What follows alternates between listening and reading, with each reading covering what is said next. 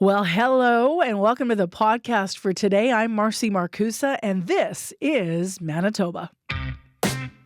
Today we're talking about leadership. First of all, the new leadership in the United States.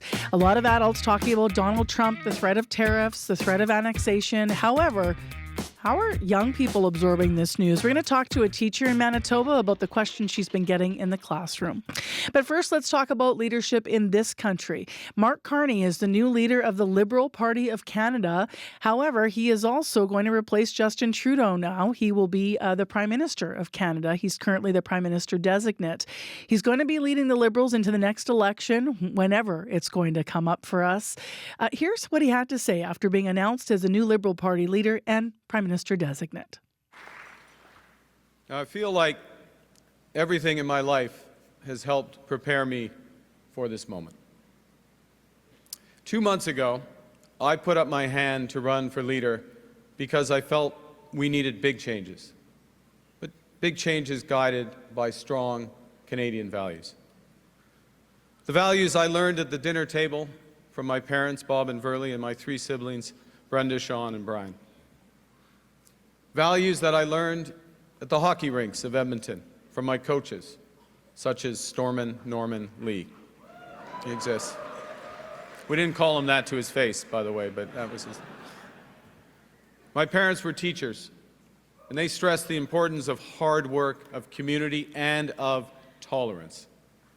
My coaches were dedicated volunteers who taught me the importance of teamwork, ambition, and because it's Canada, humility. Des bonnes valeurs. But joining us now is the MP for Winnipeg South Centre, Ben Carr, via Zoom. Good morning to you. Good morning, Marcy. How are you? I'm well. So what do you think of the news of Mark Carney, especially given that actually you publicly endorsed Chrystia Freeland? So she didn't fare well yesterday with 8% of the vote. Let's start with Carney and then we'll move to Chrystia Freeland perhaps, Ben. Well, it was a great evening for the Liberal Party of Canada, Marcy. We had 4 exceptional candidates that put their names forward for the leadership. They all brought different sets of experiences, all intelligent in their own right, and I'm incredibly proud of the campaigns that all of them ran. The membership was very clear last night, resoundingly, that Mark is the person that they want to see lead the party moving forward, and I am fully supportive of him. The minute that those results were pronounced was the moment that all of us put the leadership race immediately behind us and committed ourselves to moving forward under Mark's leadership to make sure that we rise to the occasion to meet this moment that the country is relying on the Liberal Party of Canada to lead moving forward. He's trying to change your party. So already last night in his speech, and we had analysis of this earlier this morning, he's trying to make a distinction, I should say, with the Liberals. So already he said in his speech, no carbon tax, and he said no capital gains tax.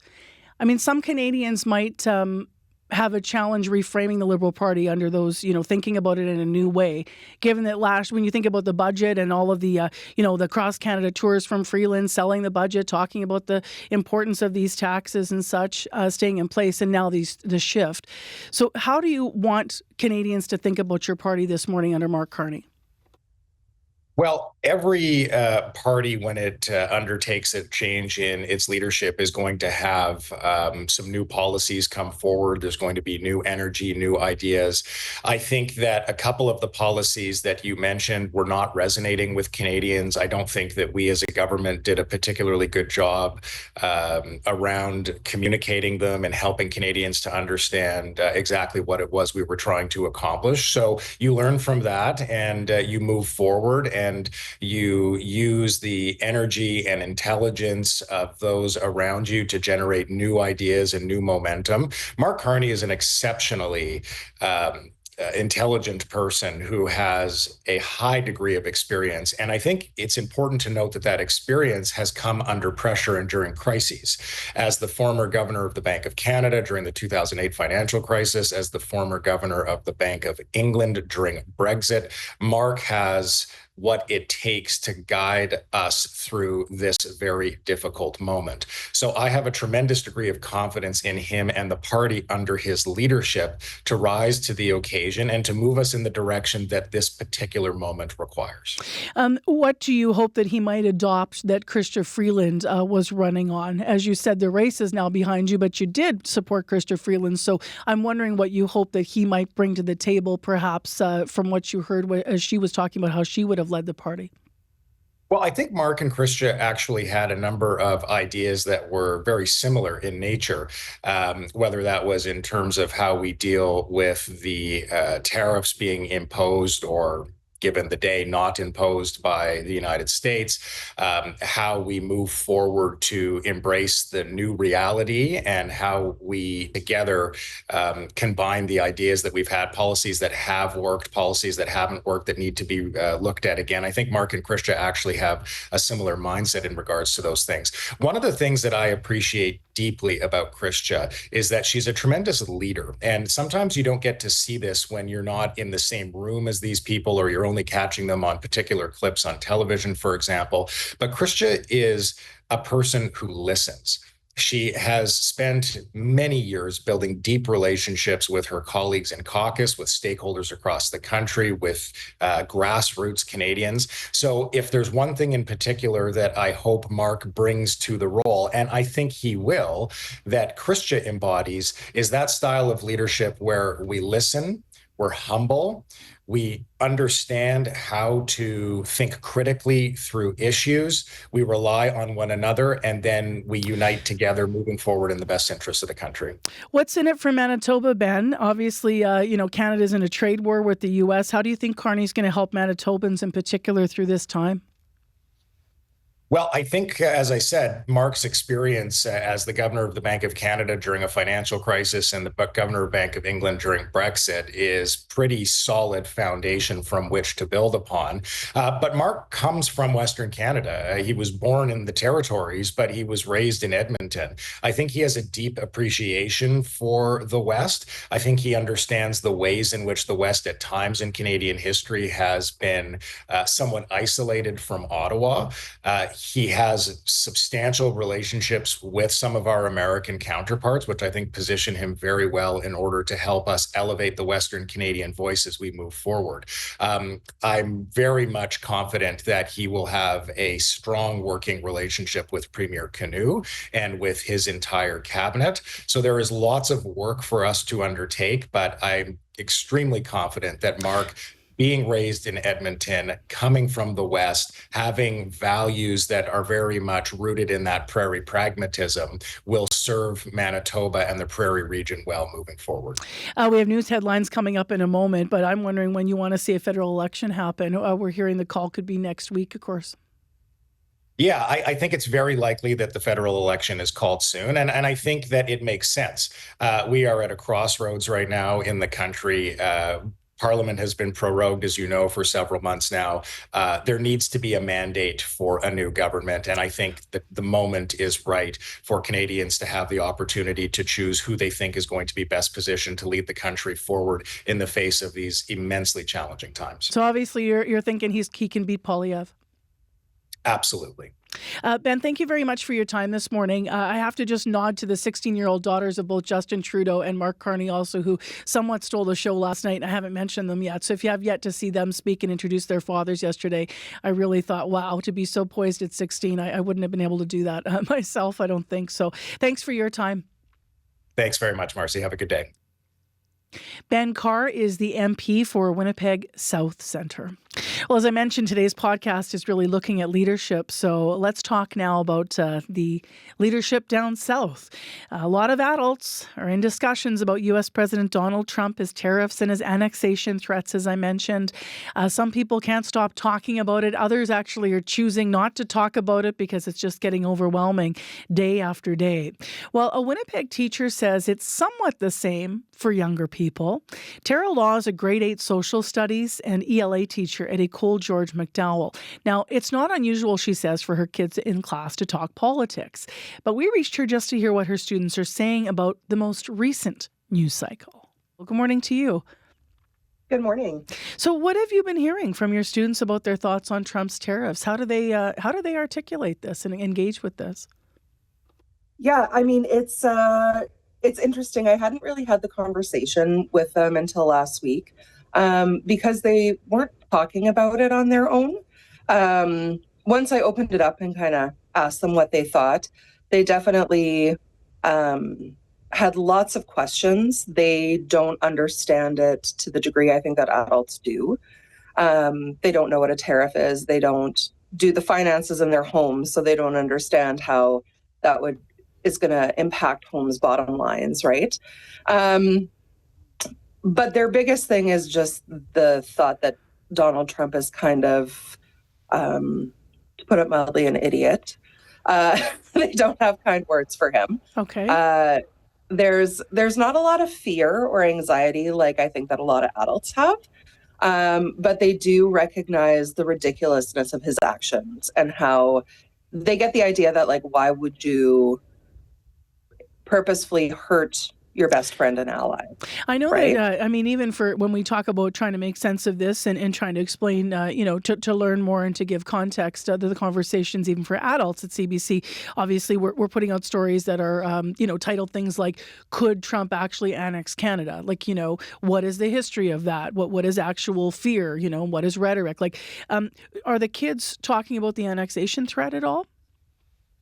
They're honestly not. They mostly look at his speeches where he is making these elaborate promises and that sort of thing. But in terms of annexation, I don't see them taking that seriously. They see him as a joke mostly. And so I think that they don't understand the severity of some of his statements and exactly what that could mean. They don't grasp the idea that that could actually happen, I don't think. So when we brought it up, they were just like, oh, he's just ridiculous, Yeah. like that'll never happen. So in a way, it's nice that they're not having those anxieties, because I know that personally as an educator and a mom and an adult, I'm looking at that and kind of going, ooh, like, I hope that doesn't happen. How will you navigate that even as an educator? What can I ask you about how conversations, you said you prompted this conversation last week about what's happening with the states, but how do the conversations are happening about what's happening now differ from, maybe how they've engaged before on other political events in the world, as we've been in this very difficult and challenging, changing time right now? What other topics are coming up with the kids? Yeah, I mean, when I go back to when everything started happening with Israel and Palestine, kids were coming in and they were talking about it and they were initiating those conversations. And I think that with a topic like that, it was directly affecting some of their home lives. And when it comes to faith and culture and identity of who they were, it was much more of a heart issue for them. Whereas with this one, it's not in their algorithm, first of all, which is where a lot of the classroom topics come from. And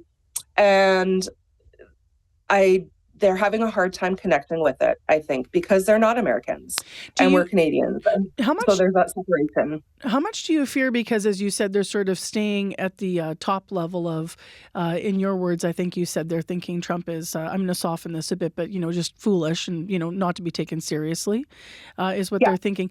How much could this be a concern that maybe, young people will simply be now more anti-American, so to speak? Yeah, I mean, looking at, are we becoming more patriotic or more anti-American?